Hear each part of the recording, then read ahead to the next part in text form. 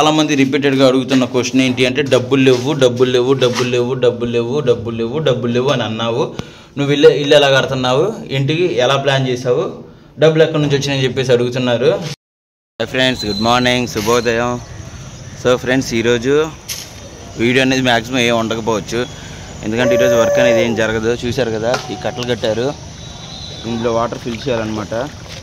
లేకైతే పొద్దున్నే వచ్చి ఫిల్ చేయాలి. ఈరోజు పనులు ఎవరు రారు. ప్లస్ నిన్న ఫంక్షన్ జరిగింది కదా, పక్కన ఆటోలు అవి తిరుగుతున్నాయి.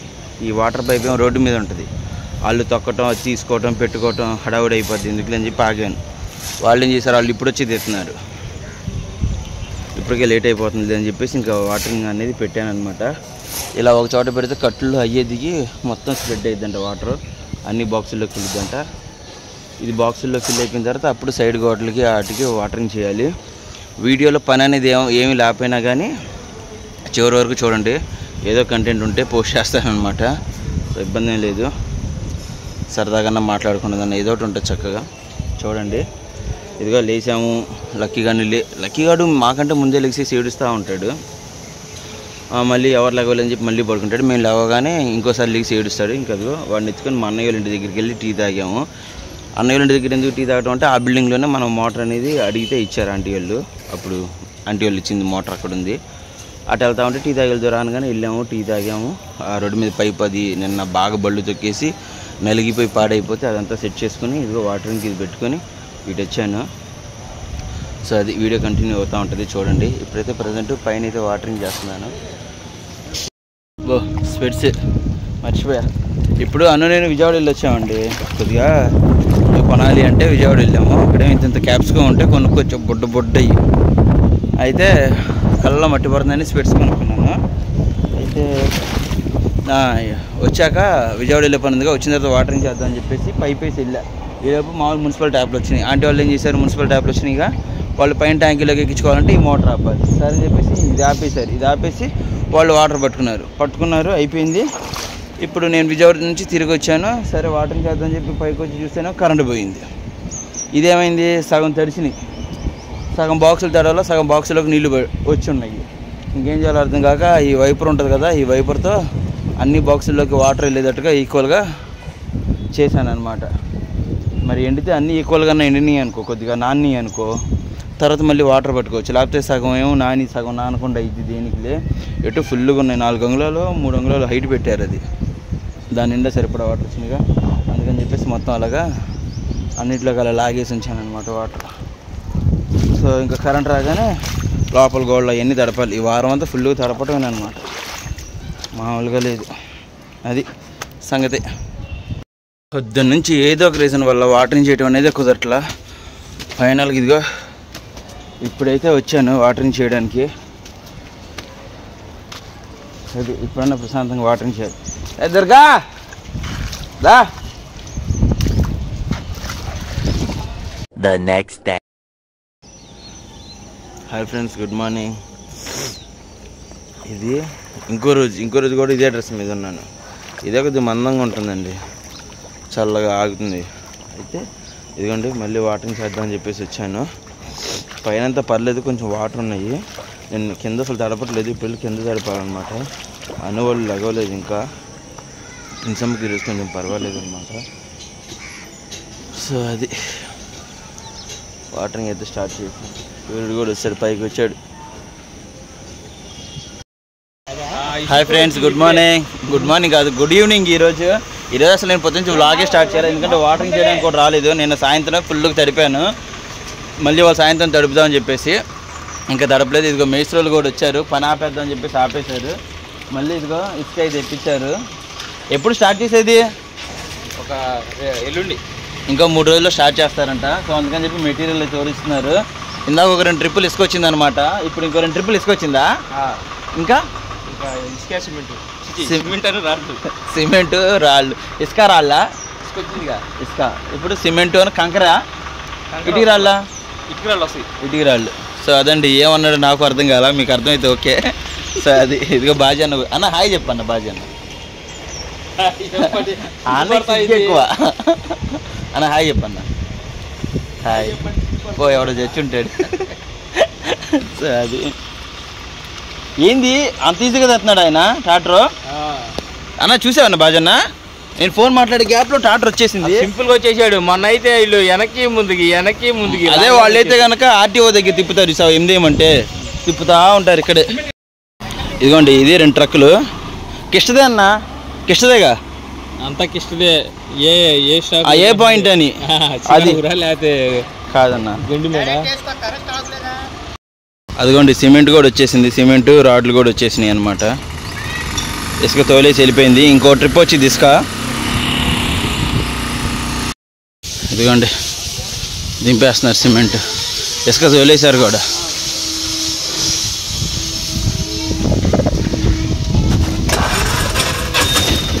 అన్నా 3 ట్రక్కులా 4? 1 2 3 ఉన్నాయిగా ఫ్రెండ్స్. ఇదే వీడియోలో కొన్నిటికి ఆన్సర్ చెప్దాం అనుకున్నాను. చాలామంది కొన్ని కామెంట్లు అడుగుతున్నారు, అవి కొన్ని ఆన్సర్ చెప్పాల్సినవి అనమాట. నేను ఒకవేళ కామెంట్ సెక్షన్లో చెప్పాను అనుకో, అది బోల్డ్ అంత లెంతీ అయిపోద్ది. అదంతా టైప్ చేసరికి చాలా టైం పట్టేసింది. అందుకే వీడియోలో చెప్దామని చెప్పేసి చెప్తున్నాను. అన్నయ్య చిల్డ్రన్స్ బెడ్రూమ్ లేకుండా మాస్టర్ బెడ్రూమే కొంచెం పెద్దది పెట్టుకోవచ్చు కదా. ఇది అడిగి కూడా 3 రోజులు 4 రోజులు అవుతుంది. నేను చెప్దామని చెప్పి ఆగుతూ వచ్చాను. మాస్టర్ బెడ్రూమే పెద్దది పెట్టుకోవచ్చు కదా అన్నయ్య అని చెప్పేసి అన్నారు.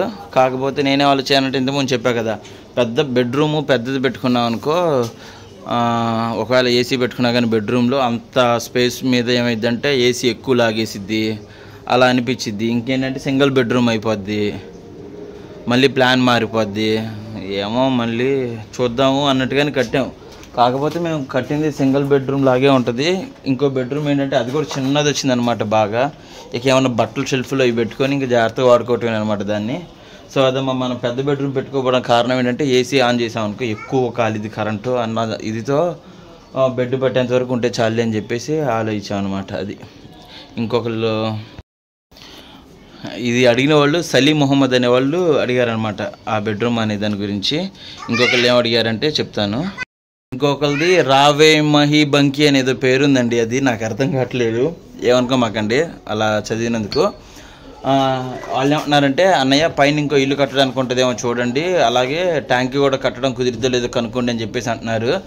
నేను అనుకున్నానమ్మా, అది చిన్న ప్లాన్ అనుకున్నాను, అది సర్ప్రైజ్గా ఉంచుతున్నాను. ఎందుకు అంటే మీకు కూడా ఒక సర్ప్రైజ్ ఉండరా మీకు కూడా ఒక సర్ప్రైజ్ అనేది ఉంటుంది కదా అని చెప్పేసి ఒక సర్ప్రైజ్ లాగా ప్లాన్ చేసుకున్నాను. అది ముందు ముందు మీకు తెలిసిద్ది, చూస్తూ ఉండండి సరేనా. ట్యాంక్ అయితే కామన్ వచ్చింది ఖచ్చితంగా, ట్యాంక్ లేకపోతే మనకు చాలా ఇబ్బంది అయిపోద్ది ఓకేనా. ఇంకొకళ్ళు దుర్గా సరు రెడ్డి అంట, ఏంటో నాకు పేర్లు కూడా రావట్లేదు, కుదరట్లేదు. దుర్గా సరు రెడ్డి, మరి ఏ లెక్క పేరు. అయితే ఇంకొకళ్ళు ఏం అడుగుతున్నారంటే అన్నయ్య మీరు ఇల్లు కట్టుకుంటున్నారు కదా, డబ్బులు అనేది ఎలా మెయింటైన్ చేశారు, ఎలా ప్లాన్ చేసుకున్నారు చెప్పండి అని చెప్పేసి అన్నారు. నేను ఇల్లంతా పూర్తి అయిపోయిన తర్వాత నేను ఎలా ప్లాన్ చేసుకున్నాను ఏంటన్నా చెప్తానమ్మా. నేను యాక్చువల్గా ముందే నేను ఎలా ప్లాన్ చేసి అలా ప్లాన్ చేసి అని చెప్పి తర్వాత ఏదైనా డబ్బులు తగ్గేది అయిపోయింది అనుకో, నేను చెప్పి నేను బుస్ అయిపోతాయి. అందుకని నేను సక్సెస్గా ఒకటి కంప్లీట్ చేసిన తర్వాత నేను కూడా మీకు వివరంగా చెప్తాను ఓకేనా. ఇంకొకళ్ళు వచ్చేసి సుహానంద్ సునైనా అంట, ఏంటో ఈరోజు అన్నీ అలాగే ఉన్నాయి పేర్లు. వాళ్ళు అంటున్నారు అన్నయ్య మీరు ఇల్లు కట్టుకుంటే మా రిలేటివ్స్ కట్టుకున్నంత హ్యాపీగా ఉంది అన్నయ్య, ఎప్పుడెప్పుడు కట్టుకుంటారు, ఎప్పుడెప్పుడు కంప్లీట్ అవుతుంది అని నేను బాగా వెయిట్ చేస్తున్నా అని చెప్పేసి అన్నారు. వాళ్ళు మా పక్కన నలుగుపేటలో ఉంటారమ్మా. థ్యాంక్స్ అమ్మ. చాలామంది ఇలాగా పేర్లు ఎవరైనా చెప్పలేకపోతున్నాను కదా, సో చాలామంది మనం ఇల్లు ఎప్పుడు కంప్లీట్ అవుద్దా అని చెప్పేసి చాలామంది ఎదురు చూస్తున్నారు. చాలా థ్యాంక్స్ అమ్మ, మీ ప్రేమ అభిమానంతో ఇంటికనేది ఏ ఇబ్బంది రాకుండా మొత్తం కంప్లీట్ అయిపోవాలని చెప్పేసి కోరుకుంటున్నాను. మీరు కూడా అలాగే కోరుకోండి. ఇంకొకళ్ళు వచ్చేసి ఖుదూస్ ఖాన్ అంట, ఈరోజు అన్నీ అలాగే ఉన్నాయండి, నాకు అర్థం కావట్లేదు. ఇది వచ్చేసి వంటగది అనమాట. వీళ్ళు ఏమంటున్నారంటే అన్నయ్య ఇక్కడ ఒక విండో పెట్టుకోండి బాగుంటుంది ఇటు నుంచి అటు ఇవ్వడానికి అని చెప్పేసి అంటున్నారు. సో అలా ప్లాన్ చేయొచ్చు కానమ్మా, అలా ప్లాన్ చేస్తే కబోర్డ్స్ అనేవి రావు. ఆ ఒక్క హోల్ కోసం చూసుకుంటే బోల్డ్ అంత ప్లాన్ మారిపోద్ది. ఎందుకంటే నేను కట్టే ఇల్లు అనేది కొంచెం బాగుండాలి అంటే ఒక రకంగా ఆలోచించాను. అది మీకు నచ్చచ్చు నచ్చకపోవచ్చు, కంప్లీట్ అయిన తర్వాత చూసి మీరు ఎలా అంటారు అని చెప్పండి. ఐడియా అయితే బాగుంది. చాలామంది ఏం చేస్తారంటే అవతల వైపు డైనింగ్ ఏరియా పెట్టుకొని ఇటు నుంచి ఒక హోల్ పెట్టుకొని డోర్ పెట్టుకొని క్లోజ్ చేసి ఓపెన్ చేస్తే ఈ ఫుడ్ ఐటమ్ బట్ అందించేలా పెట్టుకుంటూ ఉంటారు.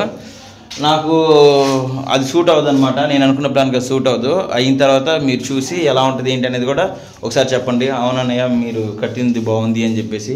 ఎందుకంటే కబోర్డ్స్ ప్లాన్ చేసుకున్నా కాబట్టి మరి ఏమైతే చూడాలి అంటే కబోర్డ్స్ షెల్ఫ్లో రావు అనమాట, అది ఉంటే అలాగా. అందుకని ఇది చాలామంది చెప్పారండి. ఇప్పుడు నేను చదివిన కామెంట్ ఎవరిదంటే దీపు కరుణ్ అంట.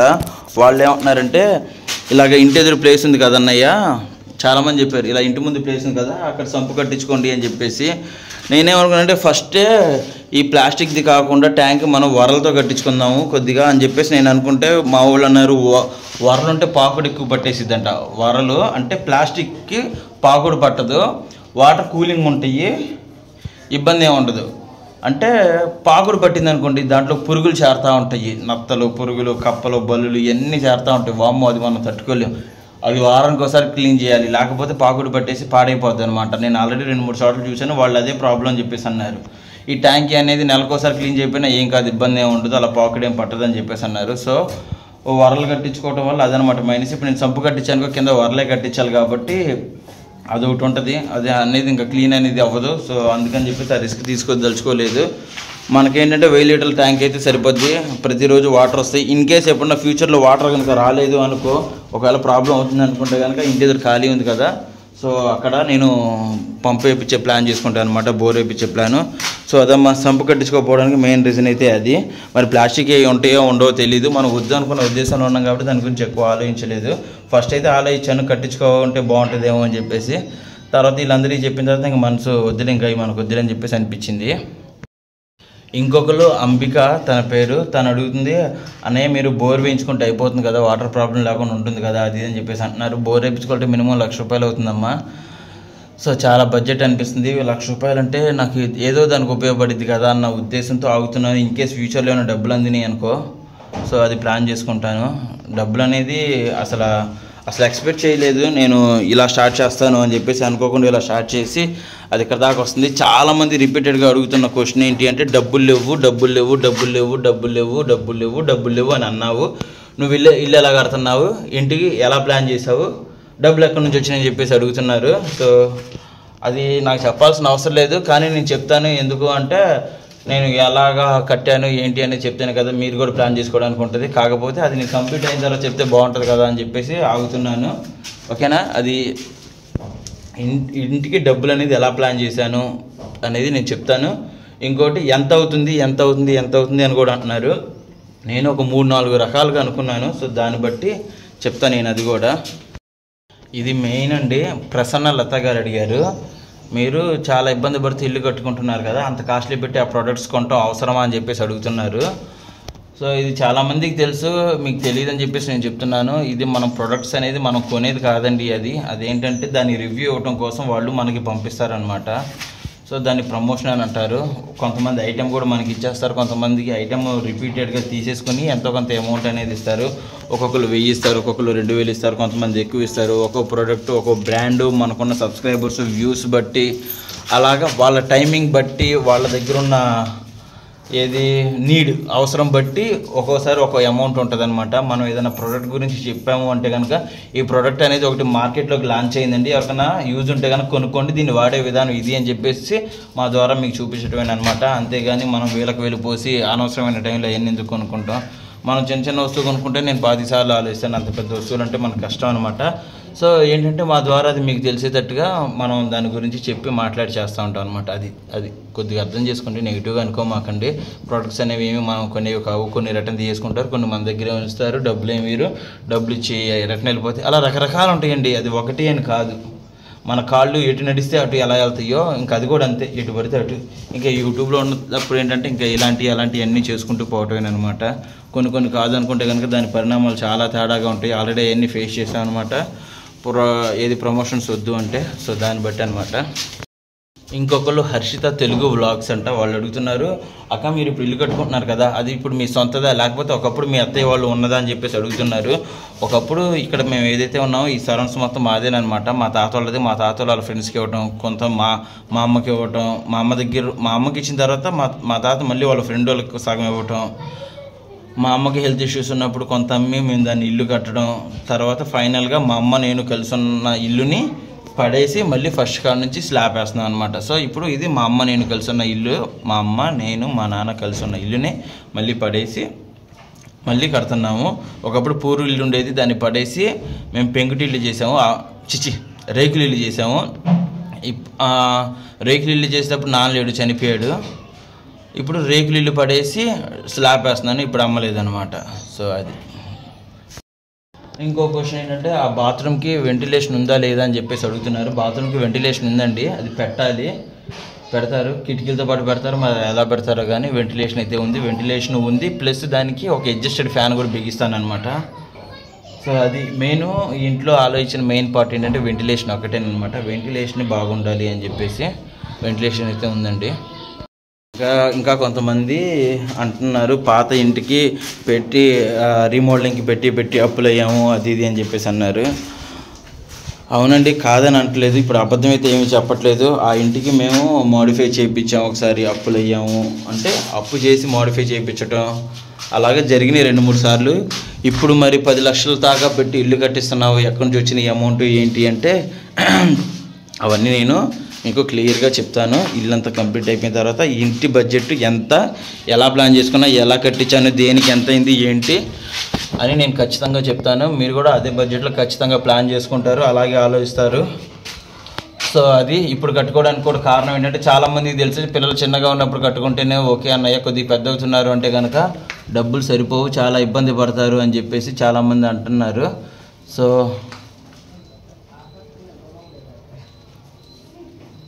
ఏంటిది, ఉండండి ఒక్క నిమిషం, ఇదేంటి చెదపురుగులా ఉంది ఫ్రెండ్స్, ఏంటిది చెదపురుగేనా?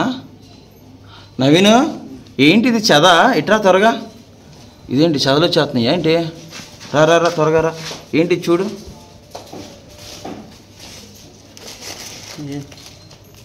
చేద కాదు, కాదుగా, కాదు మామూలు పురుగు. అమ్మ గుండె అయిపోయింది తెలుసా, దీనికి రాదు కదా. ఇదేంట్రా బాబు అప్పుడే చదలు వచ్చేస్తున్నాయి ఏంటి అని చెప్పేసి. ఏముంది ఇంక చదలు వచ్చినాయి ఇంకో కబోర్డ్లో ఏమైనా పెట్టావు అనుకో, గుమ్మ తలుపులు పెడితే ఇంకేముంది అనుకున్నా. ఈ చెక్కలు ఉన్నాయి కదా, ఈ మొద్దులు ఉన్నాయి కదా, ఈ బాధలు ఏమైనా వచ్చినాయేమో అనుకుంటున్నా. ఆ పురుగు చదివేమనుకున్నానండి. మీకు వీడియో తీసాక చూడండి అది ఏమనిపించింది ఏంటో. సో అదండి, నేనైతే మీకు ఇల్లంతా కంప్లీట్ అయిపోయిన తర్వాత ఎలా ప్లాన్ చేసుకున్నా ఏంటి అని చెప్పేసి చెప్తాను.